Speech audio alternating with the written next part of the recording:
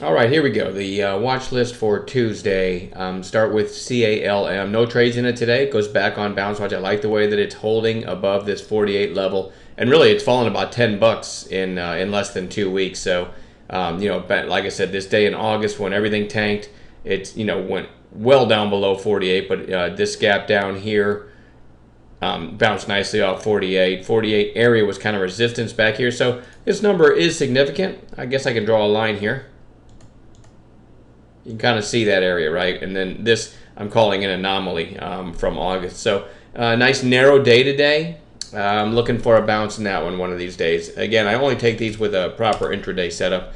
KMI, I told everyone I like this under 16. I'll show you in a minute on an intraday basis. I'd already made my goal for the day, so I didn't take the trade. But this looks really good. I mean, you have massive, massive volume here on Friday, and then today almost as much volume and a nice green close. So this looks like this may be a bottom here, and looking for this bounce to continue. I'll go to the 5-minute chart just to show you. When I saw this volume coming in, look at that, 3.1. These are, I'm showing you 5-minute candles, 3.1 million shares. And I saw this candle, I said, this could be worth a shot below 16. In other words, don't chase it when it gets up through 16. And look what happened. It almost took out the highs from there. I did not take that, but we had members that did take that. I'd already had my daily goal in the bank. But I look for this one to continue this bounce tomorrow. We'll see, right?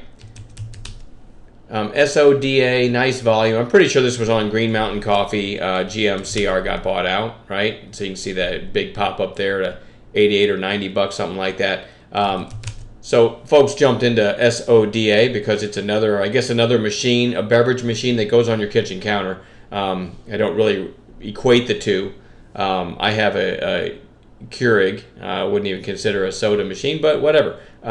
It still is a low float stock and didn't close too much below its open.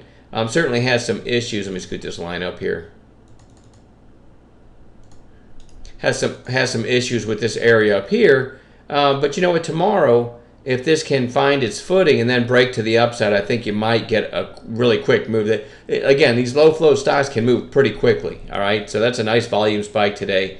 So it sort of goes on bounce watch. It doesn't look like a bounce play, something that's been decimated, but I still call it a bounce play because what I'm looking for is a narrow range for a while and then maybe an upside break. So it doesn't cost me anything to have soda on a chart. FORD, this is interesting, had a huge spike back here, another huge spike here, then a lower high, lower high, lower high. Nice support though, a lot of consolidation here, and it just broke this lower high today. So if it breaks today's high, 175 would be a break of today's high. Look to the left, there's not really anything in the way. You had this one spike to 179. So, already in my notes I have 175 as my first potential catalyst that could get us through 180. And if this gets above 180, maybe it does what it did these couple of days. So it's worth watching, all right? STRP. Had some nice trades in this one today. Personally made about a little over 700 on this one today. And I still think it deserves to be on watch going into tomorrow. The high back here was 1417. Today it briefly took that out, went to 1440, closed at 1420. Keep in mind, this has fallen from 50 bucks. Went all the way down about a week ago to 762. And so I think there's a lot of shorts in this name, and you see the nice volume on these pops. So I think this one, like a red to green or something tomorrow, might give another nice pop. It feels a little extended in the short term, but I definitely want to have it on watch. VLTC.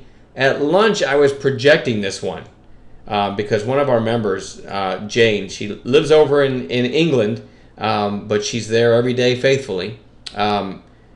Excellent spotter, if you will, a spotter, and great trader. She's a great trader, but she's great at spotting moves before they happen. She's so, what's the word? She's so generous and humble that when everyone starts to thank her for her great alerts, she credits me and says, well, it's all because of Mike's watch list.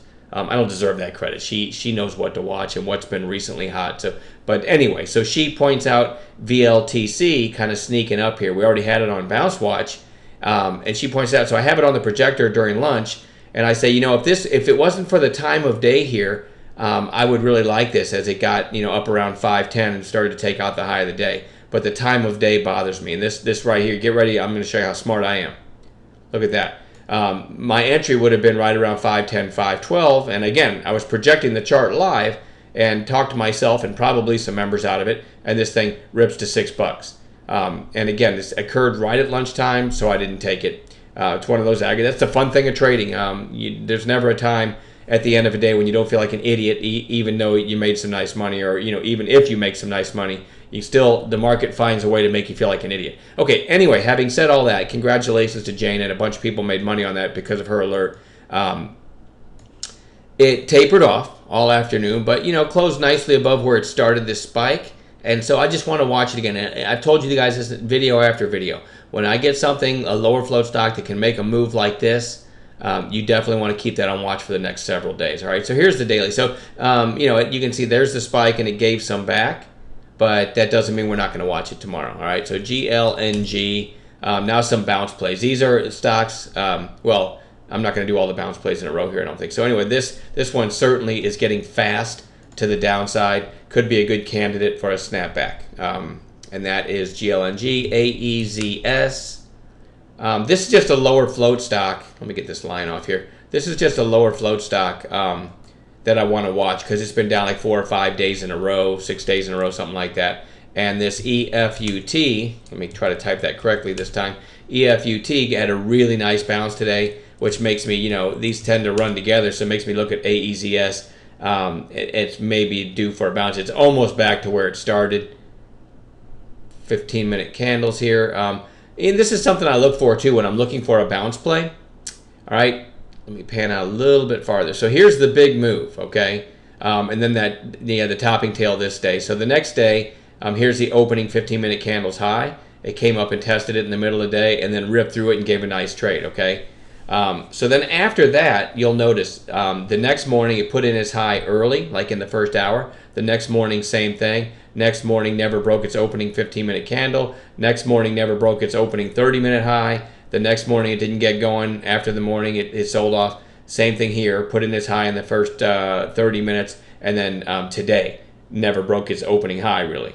Okay, so when I have this and I have something on Bounce Watch, what I want to see is I'd love to see like a narrow range like this and then an afternoon high of day break. So, that seems like maybe strict stipulations, but the beauty of that is if that does happen, we should get a nice afternoon squeeze. If it doesn't happen, I simply stay out of the stock, all right? So anyway, onward. HART, had this on Bounce Watch today and didn't trigger, just another day. Now it just goes on Bounce Watch again. The 200-day and the 20-day are right about here. 200-day looks about $1.88.